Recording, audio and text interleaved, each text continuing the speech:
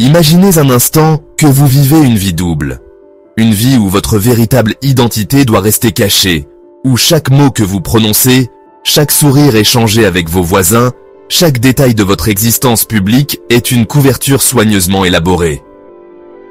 Vous travaillez pour la CIA, une agence de renseignement qui exige de ses agents une loyauté absolue et un sens du devoir irréprochable.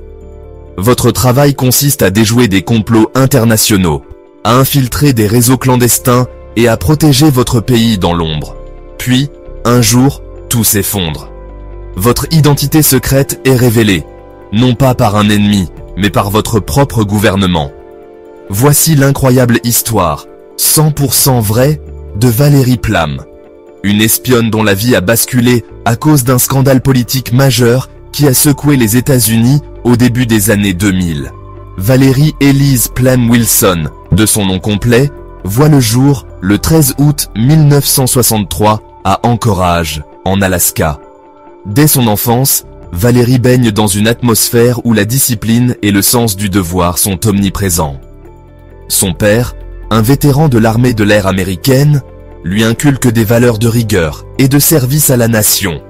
Bien que sa jeunesse soit marquée par les déménagements fréquents liés à la carrière militaire de son père, Valérie parvient à se forger une personnalité forte et adaptable. Elle excelle à l'école, où ses professeurs remarquent son intelligence vive et son esprit analytique. Après avoir obtenu son diplôme de l'Université d'État de Pennsylvanie, avec une spécialisation en sciences politiques, Valérie nourrit une ambition claire, travailler dans un domaine qui combine son intérêt pour les affaires internationales et son désir de protéger son pays. Elle postule à la Central Intelligence Agency, CIA, et est rapidement recrutée, un exploit en soi, car le processus de sélection est notoirement rigoureux. Dès ses débuts à la CIA, dans les années 1980, Valérie se distingue par son professionnalisme et sa capacité à gérer des missions délicates. Après une formation intensive, qui comprend des cours sur le maniement des armes, la surveillance, le contre-espionnage et les langues étrangères, elle est affectée à des opérations clandestines. Ces missions, souvent périlleuses, l'amènent aux quatre coins du globe. Elle travaille notamment sur des dossiers sensibles liés à la prolifération nucléaire, un sujet de première importance pour la sécurité mondiale. En tant qu'agent sous couverture profonde, Valérie est intégrée à une unité spéciale de la CIA, connue sous le nom de Non-Official Cover, NOC. Ce statut est réservé aux agents qui opèrent sans protection officielle du gouvernement américain, ce qui signifie qu'en cas de capture, ils ne peuvent pas bénéficier de l'immunité diplomatique. Leur existence est un secret jalousement gardé, même au sein de la communauté du renseignement. Pour ses voisins et ses amis, Valérie est une employée ordinaire d'une société privée spécialisée dans l'énergie. En réalité, elle collecte des informations critiques sur des réseaux clandestins impliqués dans le trafic d'armes et de matériaux nucléaires. Au fil des ans, Valérie mène une vie de plus en plus complexe. Bien que son travail soit gratifiant sur le plan intellectuel, il est aussi extrêmement exigeant sur le plan personnel. En 1997, elle épouse Joseph Wilson, un diplomate chevronné qui partage sa passion pour les affaires internationales. Leur mariage est une union de deux esprits brillants, mais il est également marqué par les contraintes imposées par la carrière de Valérie. Même son mari ne connaît pas tous les détails de ses missions, et ils doivent constamment jongler entre vie publique et vie privée. Puis vient l'année 2003, une année charnière non seulement pour la famille Plame Wilson, mais aussi pour les États-Unis. Le pays est en pleine tourmente après les attentats du 11 septembre 2001, et l'administration du président George W. Bush intensifie sa campagne pour justifier une invasion de l'Irak. L'un des principaux arguments avancés par le gouvernement est que Saddam Hussein possède des armes de destruction massive, notamment des armes nucléaires. Au début de l'année, Joseph Wilson est envoyé au Niger par la CIA pour enquêter sur une allégation précise. L'Irak aurait tenté d'acheter de l'uranium au gouvernement nigérien. Après une enquête minutieuse sur place, Wilson conclut que cette accusation est infondée et qu'il n'y a aucune preuve tangible pour étayer ces affirmations. Pourtant, malgré son rapport, l'administration Bush continue de citer cette information dans ses discours publics. Frustré par ce qu'il perçoit comme une manipulation flagrante des faits, Joseph Wilson décide de sortir de l'ombre.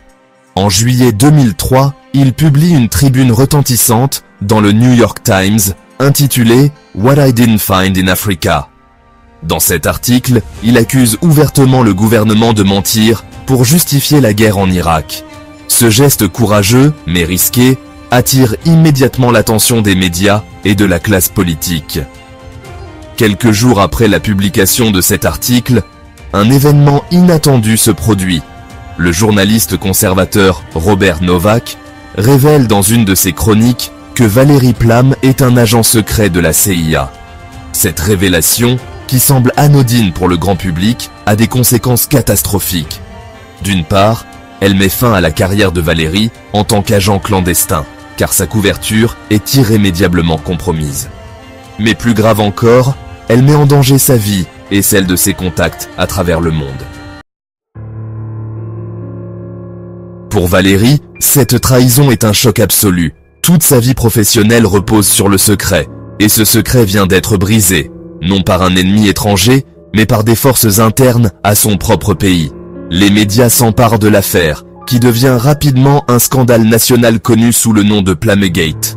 Les spéculations vont bon train. Qui a divulgué son identité, et pourquoi? Une enquête criminelle est ouverte, et il est finalement révélé que la fuite a été orchestrée par des hauts responsables de l'administration Bush, apparemment dans le but de discréditer Joseph Wilson et de le punir pour avoir défié publiquement le gouvernement.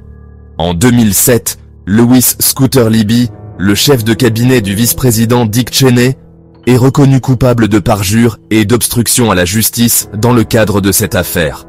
Cependant, il ne sera jamais accusé directement de la fuite.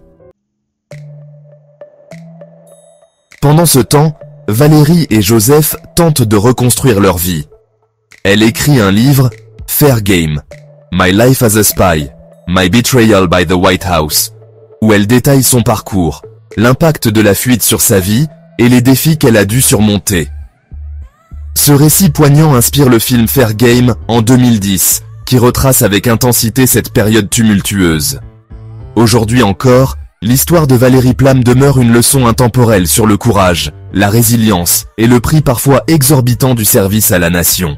Elle a choisi de transformer une expérience traumatisante en une mission de sensibilisation, devenant une militante pour la transparence gouvernementale et la protection des agents de renseignement. Merci d'avoir regardé cette vidéo jusqu'à la fin. Si cette histoire incroyable vous a plu, n'oubliez pas de laisser un like et de vous abonner à la chaîne pour ne rien rater. Je poste une nouvelle histoire fascinante tous les jours. Alors à demain pour une nouvelle aventure incroyable.